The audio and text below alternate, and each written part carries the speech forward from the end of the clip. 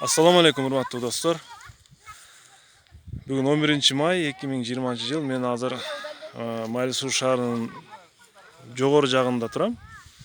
Бул жер Сары Бee айылынын үстү жагы Бүбө эне деп аталган жер экен.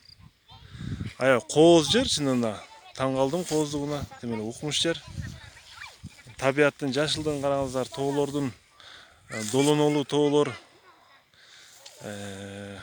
Наркы бети болсо мондай жайык, жапжашыл ушундай жер экен.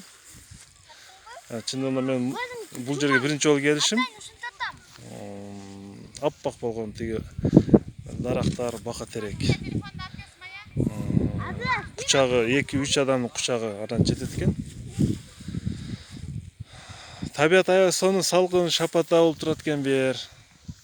Караңыздар, убактыңыздар болсо ушул жерге эс алып кетүүгө чакырамын.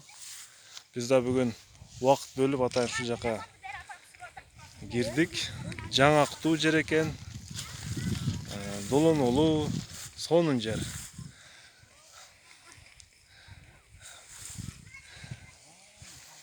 Баарыңыздарды ушул жерге эс алып кетүүгө чакырабыз. Майлы Суу шаарынын жогору жагындагы эс алуучу жер экен. Бул жак көрүп турган жагыңар, ушул жакта көл бар дейт, Жашыл көл. Нар жагы Кара көлгө өтүп кетсе болот дейт. Бул жак болсо таш көмүр. Ушу мына кырларды ачса, тоонун нар жагы таш көмүр шаарына түшүп барат экен. Караңыздар, демек укмуш сонун. Аллах Таалага чексиз шүгүрлөр болсун ушундай табиятты жаратканына.